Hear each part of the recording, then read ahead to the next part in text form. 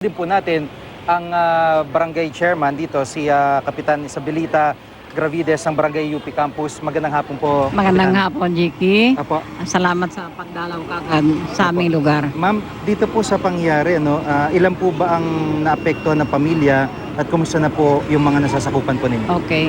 Mayroon tayong 15 bahay, 19 families. All in all, young and old, 88 persons ang apektado. Pero agad-agad naman tayong tumugon. The first one to arrive sa fire truck and the first one to magbigay ng pagkain and the first one to console the families na nasunugan talaga. We give everything. Lahat po, and in-offer natin ng barangay for their temporary shelter and we cook also para sa kanila din. Apo.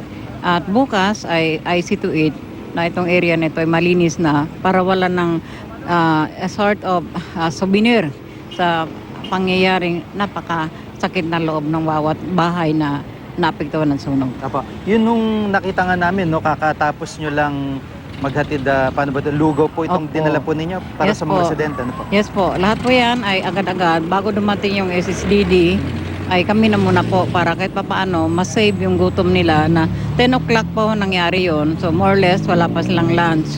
So parang kinumbay na natin yung lunch nila at saka merienda sa time na pagdagay ng lugaw ngayon. Opo. Ma'am, dun sa pangyayari, paano po pabayagan po ulit sila makabalik o makapagtirik ng bahay dito po? Yeah, I think immediately dapat tulungan din natin sa lokal na gobyerno, sa University of the Philippines. Opo.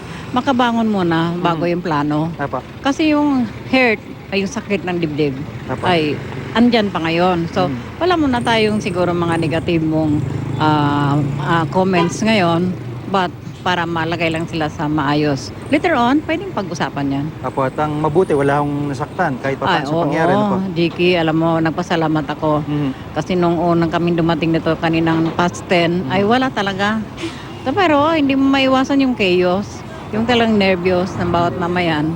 Na pagkahalimbawa, hindi pa tumugon yung mga neighboring fire trucks, ay palagay ko kakainin hanggang UP Village. Tuloy-tuloy na. Oo, tuloy-tuloy yun sa UP Village kasi nasa likod lang naman yung UP Village. So, siguro tatakbo rin ito sa Teachers Village and so forth and so on.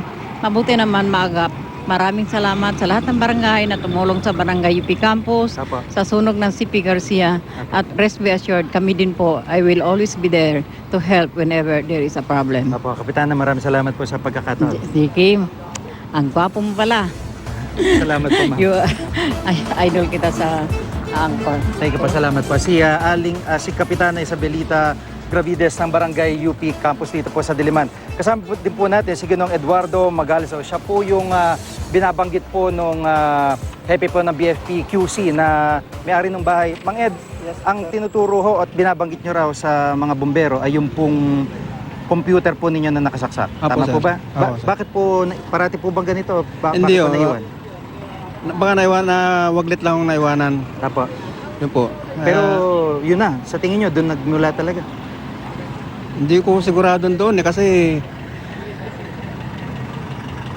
ang posible doon din, pero hindi ako sigurado doon. Mabuti ho yung mga residente, Sir. hindi ho binunton yung galit sa inyo. Di ba karaniwan na pag pinasusunog at pinagmumula ng sunog yung isang bahay, doon sila nagagalit. Buti ho. Dito naman po sa amin, halos magkakaibigan lahat tao rito. Wala akong nag-aaway. Apo, sa ngayon ho, yung pamilya nyo, kumusta naman ho? Okay naman po sa akin Apo. na medyo nakano naman sila. Nailigtas naman po. Apo, pansamantala, dito muna ho sila sa may barangay. Kahit dito lang po muna kami sa dati naming tinitiran. Apo, Gagawa na lang ako ng tutulugan namin. masisilungan muna. No? Apo. Apo, maraming salamat po sa Maraming pagkakataon. Sige nung Ed Magalso, siya po ang may-ari nung bahay na sinasabing doon po nagmula ang apoy.